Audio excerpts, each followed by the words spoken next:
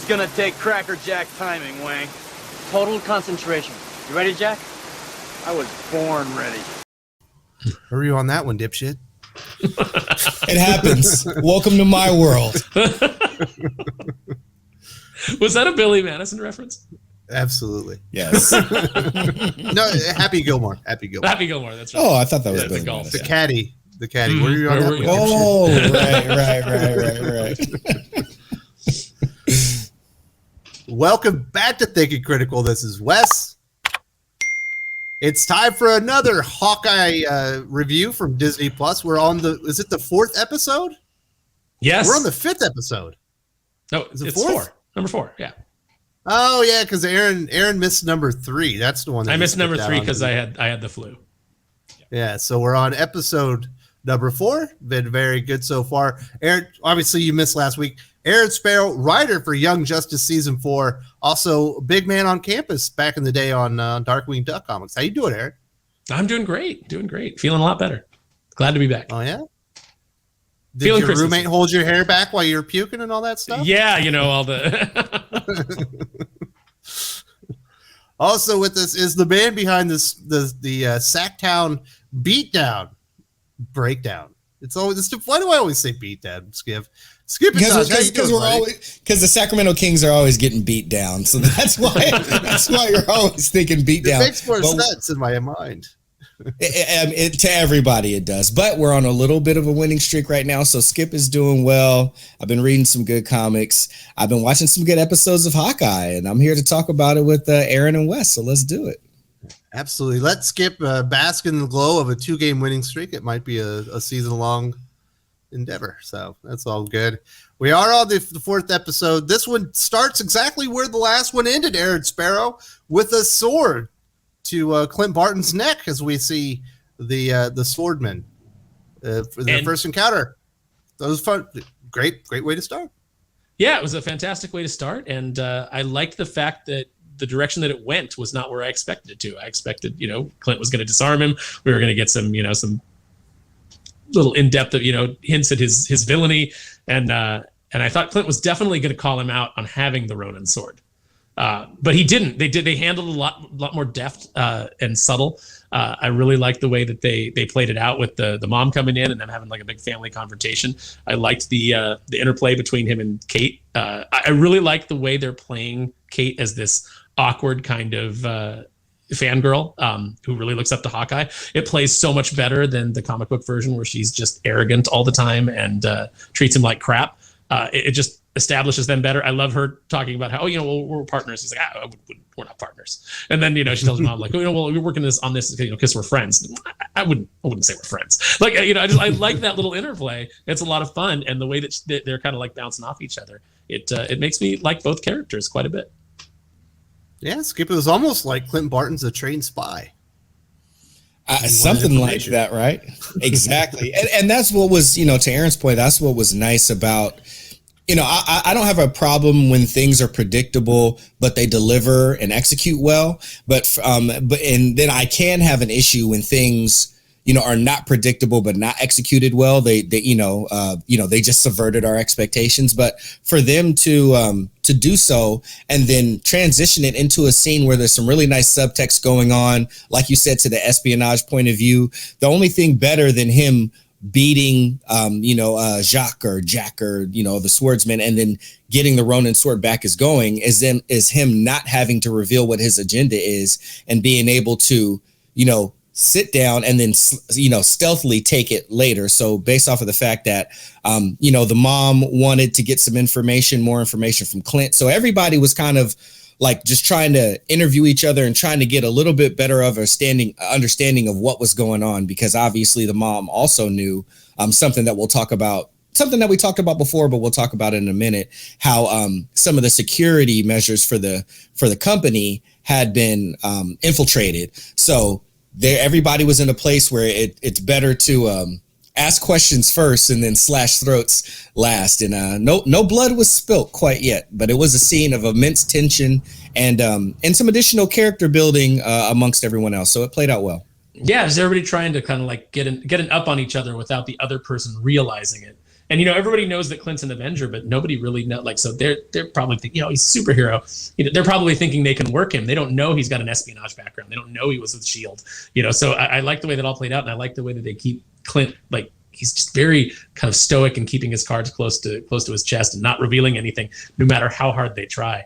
And I think the mom slipped up a little bit at the end, where she was talking about, wanting to keep Kate out of this, to keep Kate safe. But then she says, "So you'll drop, you'll drop this, like, basically you'll stop investigating it." And I think she overplayed her hand a little bit, because I think Clint in that moment realizes, okay, she's definitely got something to hide. It's not all about protecting Kate.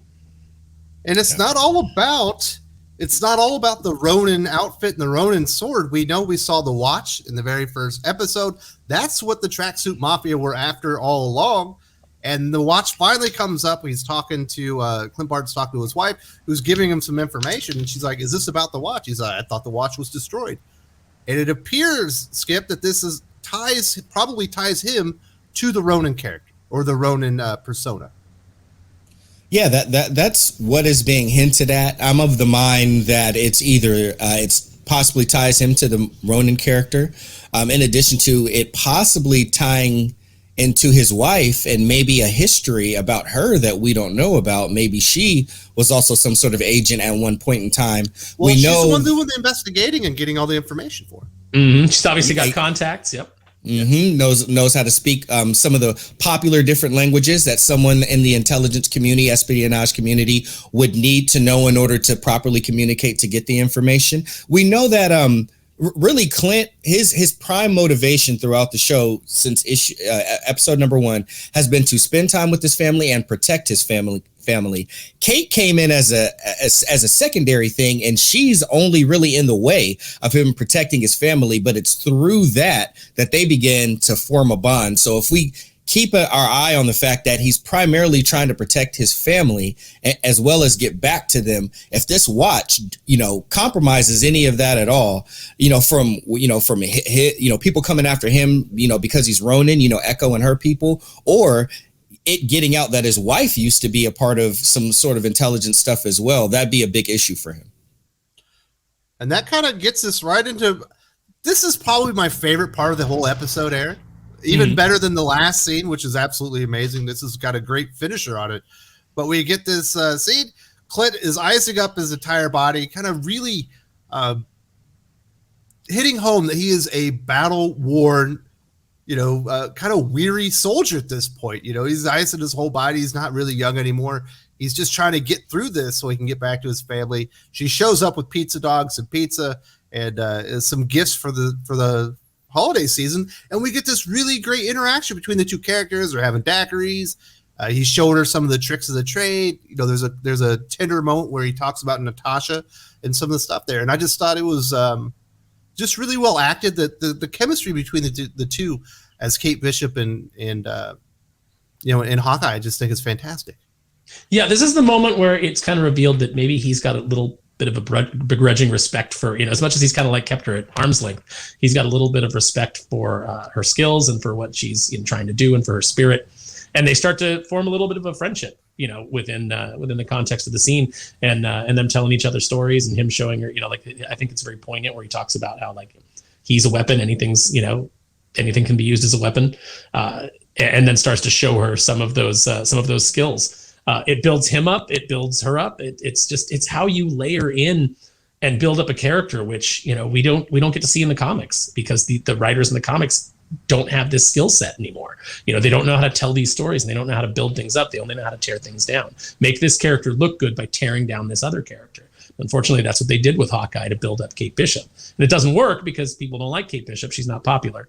She comes off as unlikable, but this show is doing everything right with her character. And I really love it. And then, when we get to see his, he tells kind of the story of how he went and he rescued Nat, it just adds more backstory to him. It adds more layers to his character. And then seeing the PTSD that he's still dealing with in losing her, all very well done. I agree with you. As many good scenes as this episode had, that chunk, that sequence was the highlight of the episode for me too.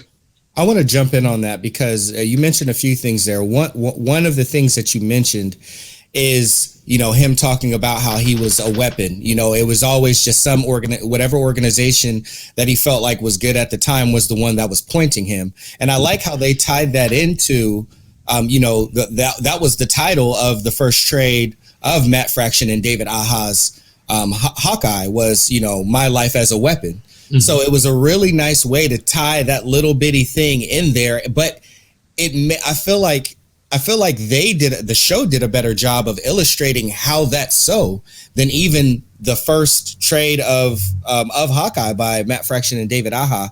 And I really liked, you know, and then on a more lighthearted portion that still ties into that notion, you know, he's up there with daiquiri packs on him, you know, trying to get down the wounds. His wife told him, you know, ice if you have to, make sure you ice your feet. He has a good, like a smart and experienced husband. He goes home, he listens, he takes care of himself, which she couldn't do while he was there. And then they end up making, you know, Kate comes over, they make drinks out of there, and then they start to bond, you know, in their daiquiri haze, and he's flicking the coin.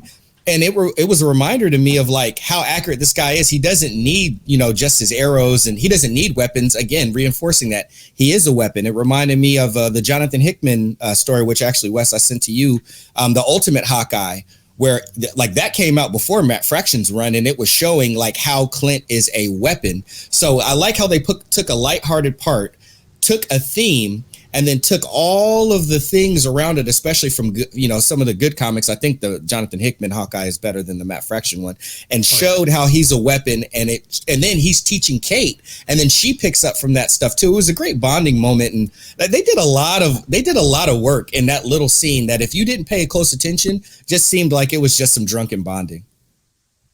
Yep. And after that, we get the LARPers again, Skip. We knew we were going to see Grills and company once again, but Kate needs to go out and acquire the the arrows, the trick arrows, so they can put some new mount some new heads on them. They are stuck in the police compound, so she's on that mission. And we got I think Clint's still investigating the location of the watch at this point. Yeah, definitely. You know, the LARPers, they weren't going to go quietly into the night. So Grills and Co are back. I thought it was really cool how they played off of, you know, them being law enforcement or public service. So the police lady, you know, was able to get into, you know, the contraband and reacquire, you know, the arrowheads. And of course there was a fee to be paid. So, Clint, you know, like he set Kate up to be like, he's like, last time, like my pride was on the line. Like, I'm putting you up for this one, rookie. Like you go be the living sacrifice, you know, and pay the debt that is owed to them. So that was really cool. And of course, within all of that, she's with them. They're dressing her up, you know, for battle, cause she'll have to attend the LARPer thing later. And they put in an order for Kate to pay for all of the suits, and Kay said put 2 more extras on there. And I think it's pretty apparent that that's where we're going to get the 2 Hawkeye looking suits that we've seen in the promotional materials, you know, for Kate and Clint. How much nicer would it be if they weren't spoiling that in the promotional materials? If we, you know, we're going to get to, that'd be like, you know, if you did that first season of Daredevil where he was in the black suit the whole time, but you already had, you know, posters out of him in the final costume. It's like, let it build to something, guys. Ad marketing blows it all the time, don't they? Every time. Yes. They always give away too much. There's also a lot of subtext that's going on here there, Aaron Sparrow. It's certainly, they're talking about Kingpin. They're talking about Wilson Fisk, which means Vincent D'Onofrio. Are you expecting him to show up in the last episode as the boss of Maya? It's got to be, right? I hope so, because there's a lot of things out right now. But, you know, it's like, okay, we obviously know that Matt Murdock is supposed to show up in Spider-Man No Way Home, played by Charlie Cox. Kevin Feige just had that statement where he came out and he said, well, you know, when we do Daredevil, you know, we've already got our Daredevil. It's Charlie Cox, you know, and you know, when we get to it, that's who we want to go with, you know, which he's playing it really coy, but I think we're building to that. I think that, I don't know if they're going to recognize necessarily the Netflix show as canon, or if they're going to do their own thing with the cast. But I mean, I think it's great. I think that D'Onofrio is a great Kingpin. I think he's, you know, he commands the screen every time he was on the Netflix Daredevil show. Charlie Cox, obviously a fantastic Daredevil. So I'm hoping that we're building all that. I want to tie it all together. Let's make this happen. So that kind of subtext is going on the whole time. And yeah, Clint ends up, he confronts the right-hand man of Maya, Echo, just to see if he can get him to, I don't know, to talk her into stop looking for the Ronin. There's nothing to see here. And that brings us to the final scene. They get the location of where that watch is. Turns out it hasn't been destroyed. It's in an apartment building. They know exactly where to go. Clint and Kate are scoping it out.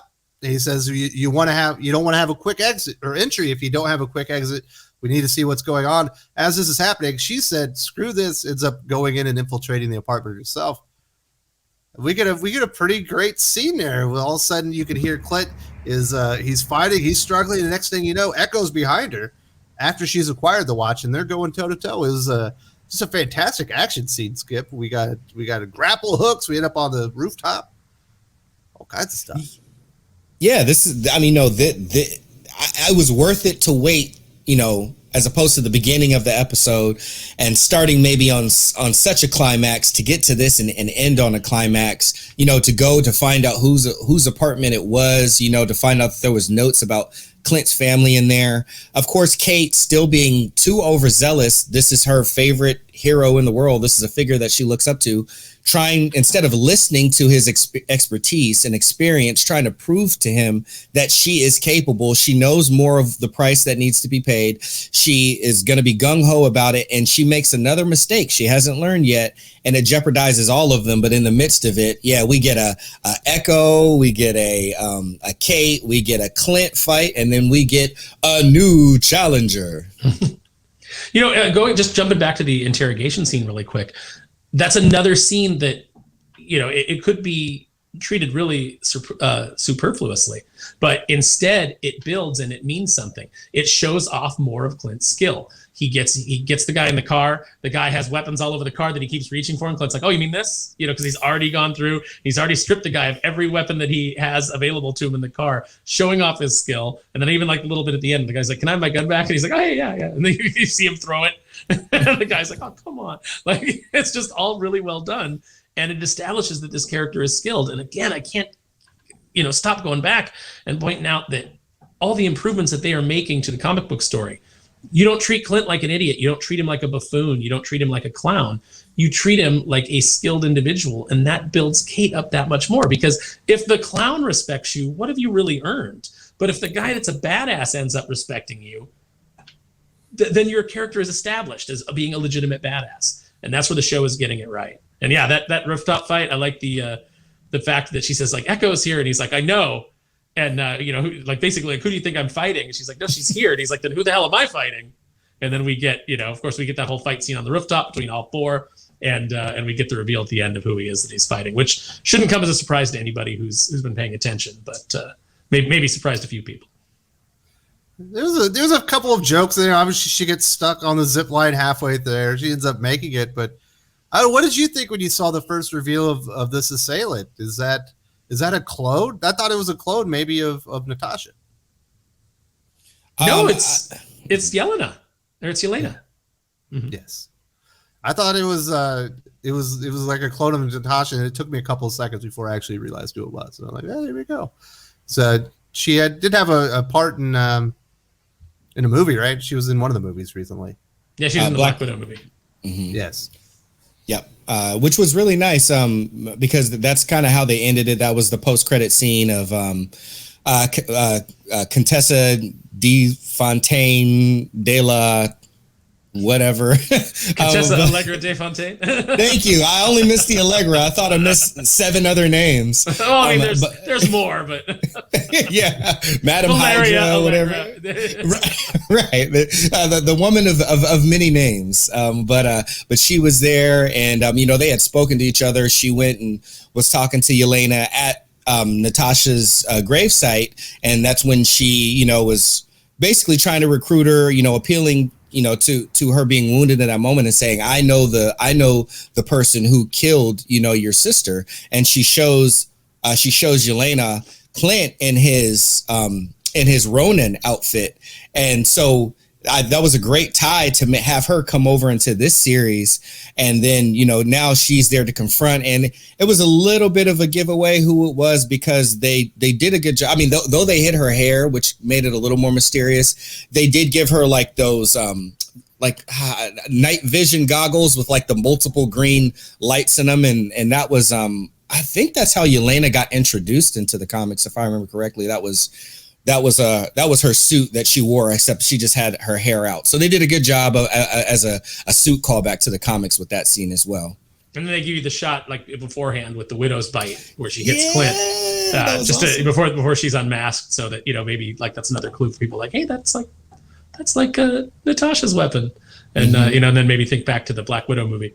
But yeah, I thought it was built up really well, and it made me like, it bummed me out because it's like when you get to the end of the episode and you go like, oh man, if this was Netflix, I'd just be on to the next one and binge in the next one. Yeah. And so that's the mark of a show that's entertaining me, is when I immediately want to go to the next episode. Absolutely. In the very end, you see Clint is like, no, you can't be with me anymore. This thing, the threat has stepped up a level. We're no longer just dealing with Echo. We have a Black Widow after us as well, assassin that's after me. I can't have you being in the middle of this or after my family. You're not a part of the team. Obviously, it's not going to go like that, but it was had to be a tough moment as you've seen the characters bond, and he has a lot of respect for Kate at this point. But he's doing what's best not only for his family but also for her own personal safety. Mm-hmm. So, hell of a way to do it. I like the little jokes too, like when she's walking down the hallway with the bow, and she's like, "How do you deal with this big bow problem?" And he's like, "Mine's collapsible."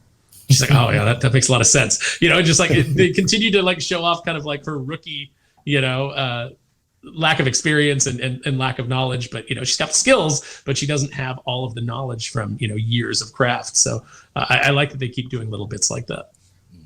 Yeah, for me personally, this episode didn't go by quite as fast as episode 3, but it feels like they're just building and building and building.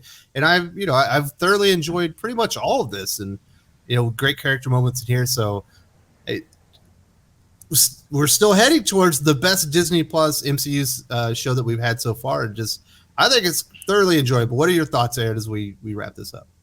I think this is the closest they've gotten to the very best of Marvel on TV, which I think is the Daredevil Netflix show. So this is as close as Disney Plus has gotten to nailing that kind of feel and nailing that kind of quality. It's not up to Daredevil standards in my opinion, but it's definitely the best thing that we've been given so far from Disney Plus in the MCU. Yeah, definitely. I still have Daredevil season 1, above the show, but this is definitely the closest that they've gotten to it. And it's not the same type of show, obviously, but like Aaron said, just in terms of quality, I do, though I have episode 3 above this episode, since I wasn't a big fan of the Echo portion that they stuck at the beginning of episode 3, episode 4 I enjoyed more from start to finish. I have an appreciation for the change of pace because it is a story. You can't have all of it be on 11. So I feel like they shifted gears well, but still gave us a really good and aha moment at the end. Overall, I mean, really, really, really enjoying the series. All they can do is just it's theirs to mess up, but they got it right now. Yeah, good character development and good action in this episode, and that's what I want. So they're delivering what I'm asking for so far. Absolutely, and you will see us next week for the next episode of Hawkeye on Disney Plus. I want to say thank you very much to Aaron Sparrow and Skip and Tosh. This was a lot of fun, and I'm really enjoying this series.